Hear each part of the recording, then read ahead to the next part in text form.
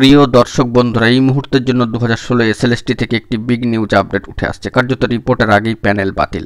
হঠাৎ করে এটাই কি টার্নিং পয়েন্ট হতে চলেছে? যোগ্যদের চাকরির পক্ষে আর্জেন্ট ভিত্তিতে খবর আপডেট থাকছে।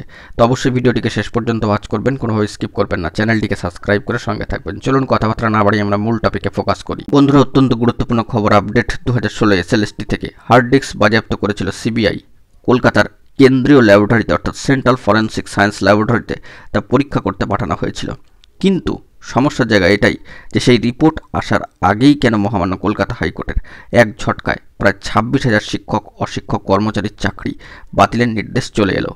এটাই কি টার্নিং পয়েন্ট হতে চলেছে আগামীতে সর্বোচ্চ ন্যায়ালয়ের সুপ্রিম কোর্টে? বন্ধুরা, শুনানি না হলে কিছুই কিন্তু বলা যাচ্ছে না। তবে যদি কিছু ক্ষেত্রে অনিয়ম বা বেনিয়ম হয়েই থাকে, তবে সকলের চাকরি যাবেই বা কেন? কেনই বা মামলা হলো নিয়োগের 4 বছর পর? এই সমস্ত প্রশ্নগুলি কিন্তু উঠছে। তো বারবার এই বিষয়ে কিন্তু প্রশ্ন উঠছে যোগ্য শিক্ষক শিক্ষিকাদের মধ্যেই।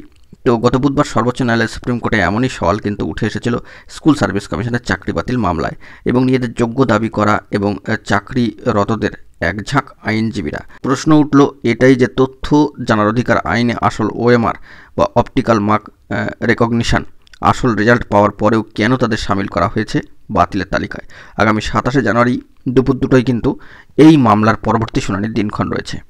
তো এই দিক থেকে পশ্চিমবঙ্গ স্কুল সার্ভিস কমিশনের 2016 সালের নিয়োগ প্রক্রিয়ায় চাকরি পাওয়ার পরেও 2021 সালে এক মামলার জেরে চাকরির ভবিষ্যৎ কার্যত অনিশ্চিত হয়ে পড়েছে। কারণ আসল ওএমআর শিট না থাকায় যোগ্য অযোগ্য বাছাই করা কিন্তু কার্যত কঠিন হয়ে পড়েছে। দেশের সম্মানীয় প্রধান বিচারপতি মহাশয়ের বেঞ্চে চলছে শুনানি। গত বুধবার নিজেদের যোগ্য দাবি করা সব আবেদনকারীদের বক্তব্য শুনল বেঞ্চ, এবং তাদের হয়ে সওয়াল করেছেন দিগ্গজ সমস্ত আইনজীবীরা। তার মধ্যে ছিলেন সম্মানীয় কপিল সিব্বল মহাশয়, সম্মানীয় দুষ্মন্ত দাভে মহাশয়, সম্মানীয় মুকুল রোহতগি মহাশয়, সম্মানীয় প্রশান্ত ভূষণ মহাশয়ের মতো তাবড় দিগ্গজ সম্মানীয় আইনজীবীরা। এরই মধ্যে হাইকোর্টের নির্দেশে চাকরি হারানো একাংশ শিক্ষক অশিক্ষক কর্মীর সম্মানীয় আইনজীবী সম্মানীয় জয়দীপ মজুমদার মহাশয়ের এক সওয়ালে সম্মানীয় প্রধান বিচারপতি ভিন্ন প্রশ্ন উত্থাপন করলেন।